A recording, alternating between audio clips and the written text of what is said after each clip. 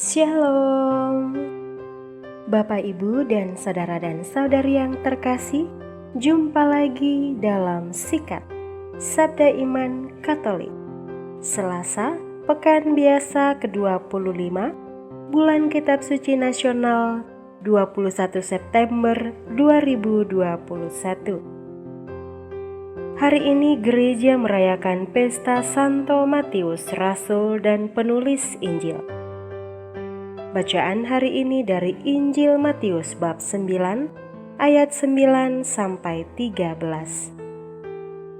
Marilah kita siapkan hati dan pikiran kita untuk mendengarkan sabda Tuhan. Semoga Tuhan beserta kita sekarang dan selama-lamanya. Inilah Injil suci menurut Matius. Dimuliakanlah Tuhan. Pada suatu hari, Yesus melihat seorang yang bernama Matius duduk di rumah cukai. Yesus berkata kepadanya, "Ikutlah aku." Maka berdirilah Matius lalu mengikuti dia. Kemudian ketika Yesus makan di rumah Matius, datanglah banyak pemungut cukai dan orang berdosa makan bersama-sama dengan dia dan murid-muridnya. Melihat itu, berkatalah orang-orang Farisi kepada murid-murid Yesus, "Mengapa gurumu makan bersama dengan pemungut cukai dan orang berdosa?"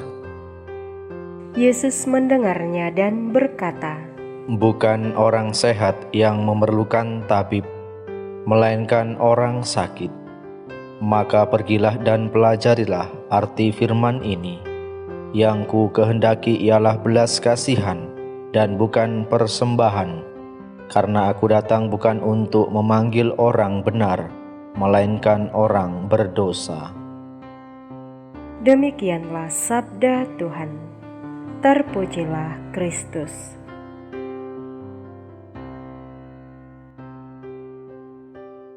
Bapak, Ibu, dan saudari yang terkasih, renungan hari ini akan dibawakan oleh Bapak Julius Dwi Atmoko dari Lampung. Selamat mendengarkan.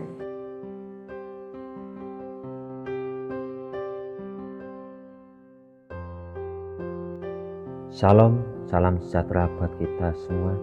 Kiranya berkat Tuhan selalu melimpah untuk kita semua. Saudara-saudari yang terkasih dalam Kristus, pada hari ini kita merayakan pesta Rasul Matius, seorang rasul dan juga pengarang Injil. Saudara-saudari yang terkasih dalam Kristus, kisah panggilan Matius ini merupakan kisah panggilan yang unik. Matius tidak dipanggil ketika ia sedang berdoa di bawah pohon rindang atau ketika Matius sedang berbuat amal baik kepada orang lain. Matius dipanggil dalam kondisi yang tidak ideal. Yesus memanggilnya ketika ia sedang duduk di kantornya, kantor yang pada waktu itu sangat dijauhi orang banyak. Ia sungguh dipanggil dari keadaan aslinya, keadaan real dirinya saat itu. Matius yang pemungut cukai lah yang dipanggil oleh Yesus untuk mengikutinya. Saudara-saudara yang terkasih dalam Kristus, kita mengetahui bahwa pemungut cukai bukanlah orang yang diharapkan oleh masyarakat pada umumnya. Mungkin pada waktu itu pemungut cukai dianggap sebagai sampah masyarakat, dianggap orang yang penuh berdosa. Secara sosial pun mereka dihindari oleh banyak orang.